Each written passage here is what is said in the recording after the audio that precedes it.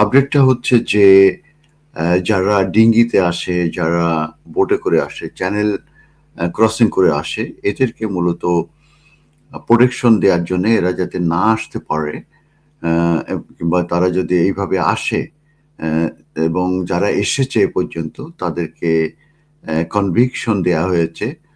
সেটা হচ্ছে তারা ইল্লিগালি অ্যারাইভেলের জন্য ইন ইউকে।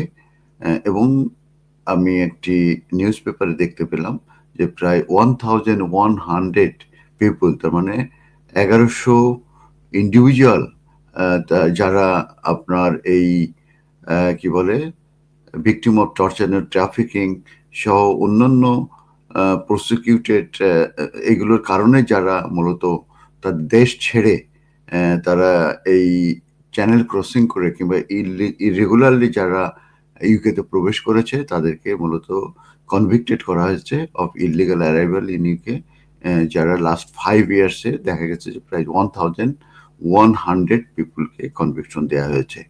তো এটাই আমি বলছি যে 1100 পিপুল যারা including survivors of torture and trafficking, তার মানে তারা ট্রাফিকিং হয়েছে কিংবা তাদের কান্ট্রি অফ অরিজিনের টর্চারের ভয় ছিল, এই ধরনের সিচুয়েশনে যারা এসেছে তাদেরকে কনভিক্টেড করা হয়েছে যেহেতু তারা ইলিগালি ইউকেতে এসেছে।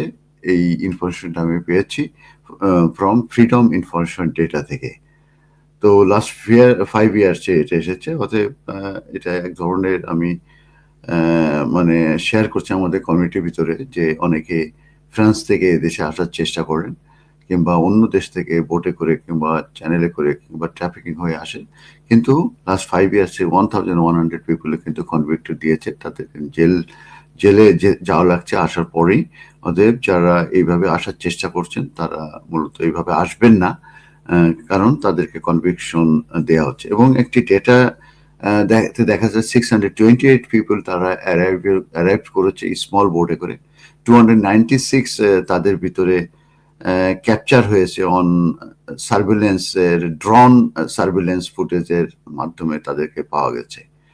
তো এখন মূলত হোম অফিস কিংবা গভর্নমেন্ট তারা ভেরি সিরিয়াস যে যারা চ্যানেল ক্রসিং করে আসবে তাদেরকে প্রথমে কনভিকশন দেওয়া হবে, করে তারপরে তা হয়তো তাদের অ্যাসাইলাম কেসটা প্রসেস করা হবে। ধন্যবাদ।